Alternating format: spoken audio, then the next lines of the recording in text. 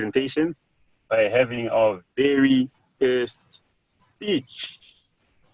I'll start by telling you a little something about our first presenter, a very, very inspiring young man indeed, who is making waves on different platforms.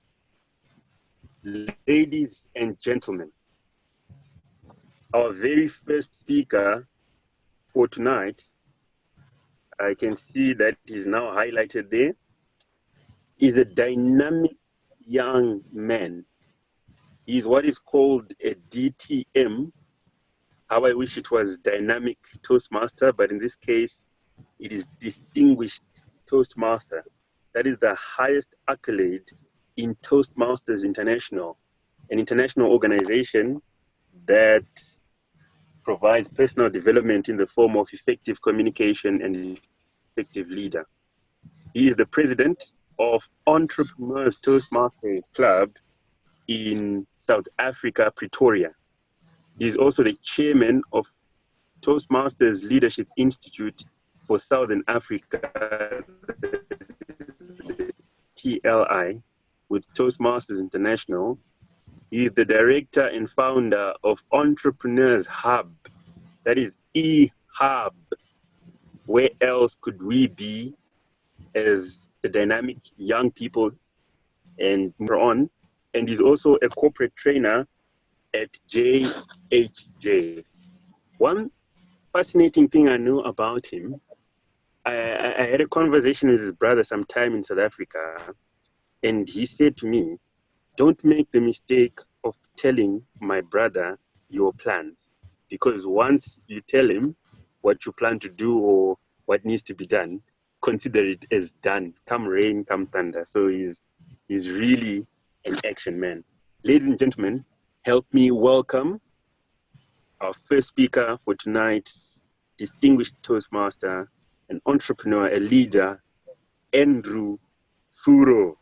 Give it up for Andrew. You can clap. There's a clapping option. Over to you, Andrew. Had you been with us in January 2013, you would have been amongst 200 overzealous young men who wanted to somewhat become honorable in what they do. Amongst those were Dylan, myself, and many other prospective honorable junior councillors who made a mark in trying to become honorable.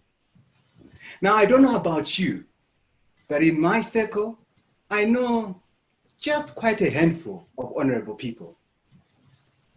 At that point in time, we had our first matching moment of mentoring and coaching. And I believe it was that moment in February when the whole program started that we got to meet our very first set of mentors who were going to guide us along the journey that we were about to take. And those mentors were in the form of what we call respectable aldermen. I remember that very first day. It was with a few of the guests that were coming in to share with us the experience of what it was going to be like being part of a junior council.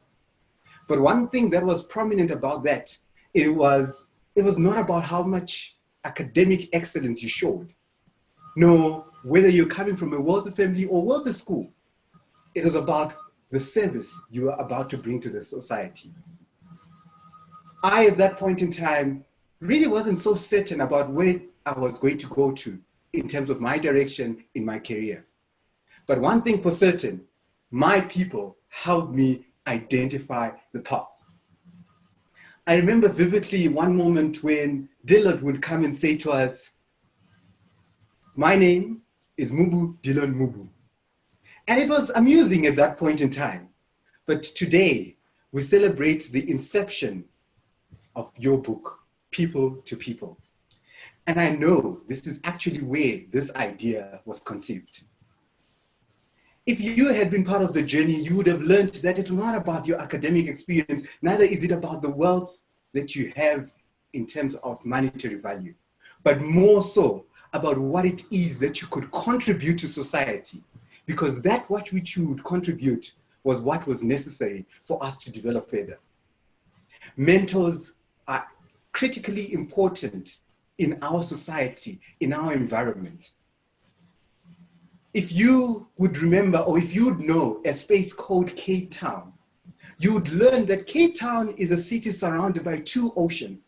And yet, 2 years ago, they faced a catastrophic drought of water. Now, isn't it ironic to you that a city covered in 2 oceans was experiencing a water drought?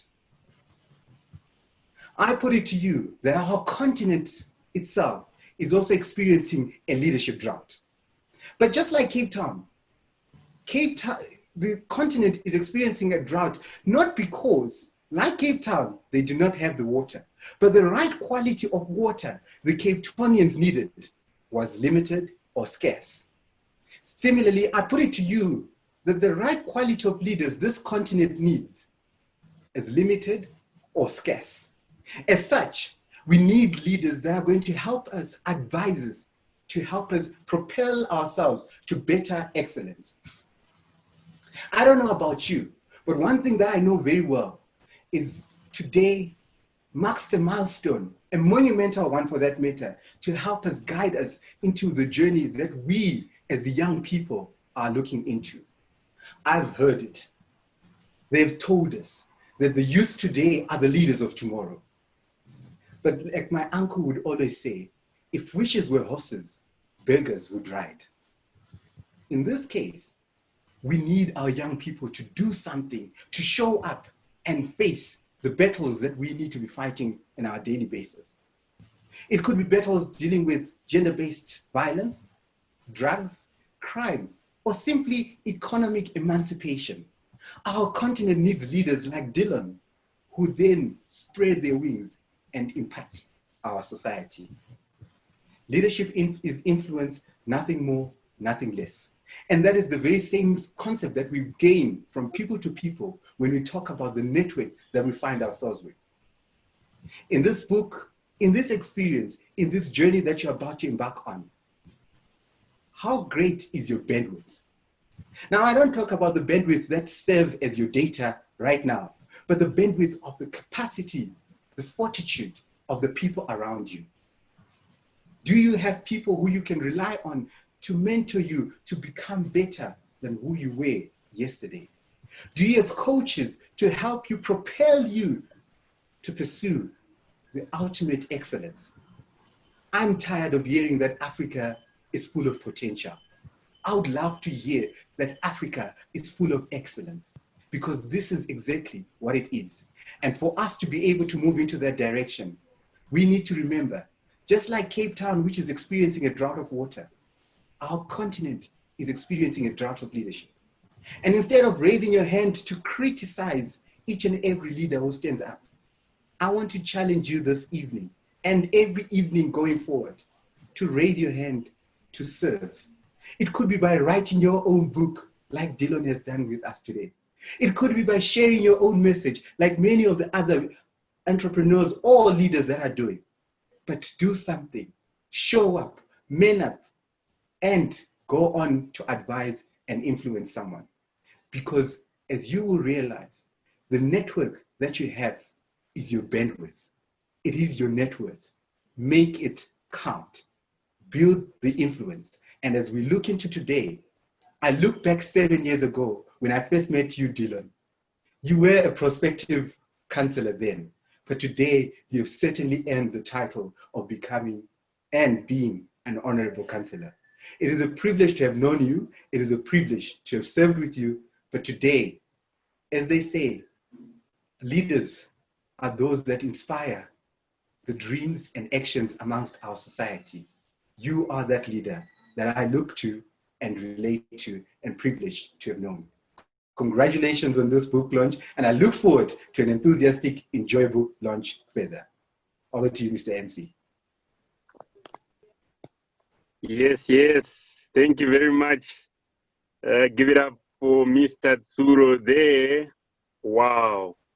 What a powerful presentation to kickstart such an auspicious event.